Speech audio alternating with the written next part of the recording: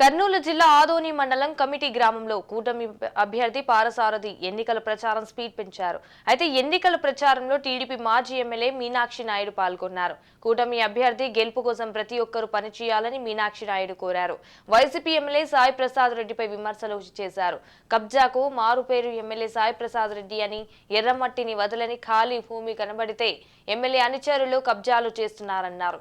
ఎర్రమట్టి కొండలను ఎమ్మెల్యే సాయి ఆయన అనుచరులు పిండి చేస్తున్నారని ధ్వజమెత్తారు.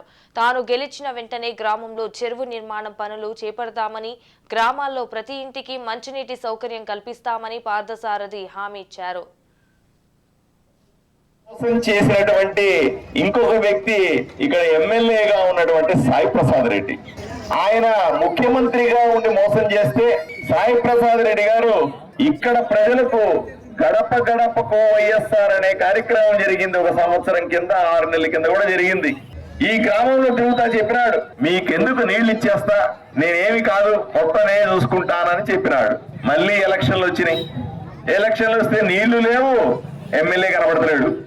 ఎక్కడ పోయినా ఎమ్మెల్యే అని అడుగుతా ఉన్నాం.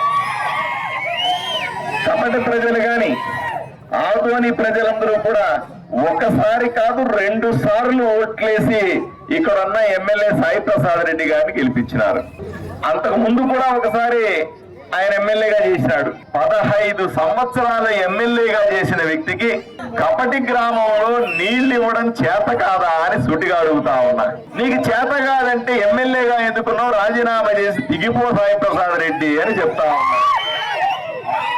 ఫోన్లే దిగిపోవాల్సిన అవసరం కూడా ఏం లేదు. 23 రోజుల్లో మేమే దించేస్తాం.